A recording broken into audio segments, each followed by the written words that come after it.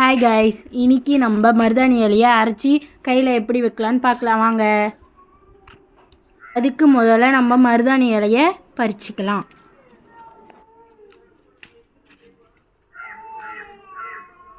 மருதாணி இலை அது ஒரு கிண்ணத்தில் போட்டு வச்சு மருதாணி இலை டார்க்காக வரத்துக்காக கொஞ்சம் புளி எடுத்திருக்கோம். அடுத்து கொட்டைப்பாக்கு ஒரு 4 எடுத்திருக்கோம். அதோட பேக்கெட் பாக்கு, கொட்டைப்பாக்கு இல்லாதவங்க பேக்கெட் பாக்கு எடுத்துக்கலாம். அதுக்கு பாருங்கள், எடுத்து வச்சிருக்க மருதாணி இலையை அலசிப்போம் வாங்க.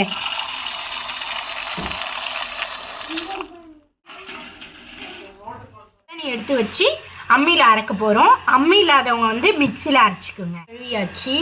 அடுத்ததான் மருதாணி எடுத்து வச்சு அரைக்க நல்லா அரைச்சிக்கிறோம் பாருங்கள். மருதாணி இலை டார்க்காக வரத்துக்காக 2 பாக்கு எடுத்துக்கிறோம். கொஞ்சம் புளி எடுத்துருக்கோம். அதை நல்லா மசிச்சிக்கலாம்.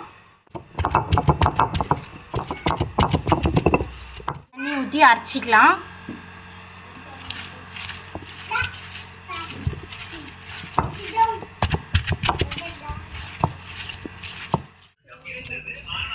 நல்லா மசிஞ்சிடுச்சின்னு நினைக்கிறோம். இப்போ எடுத்து பார்த்துக்கலாம். இந்த பதத்துக்கு நல்லா அரைச்சி எடுத்துப்போம். கிண்ணத்தில் போட்டுக்கலாம். பாருங்கள், நல்லா மசிஞ்சிருக்கு.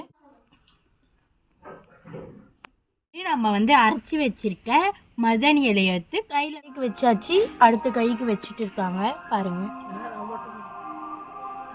எல்லாம் கையில் வச்சாச்சு பாருங்கள்.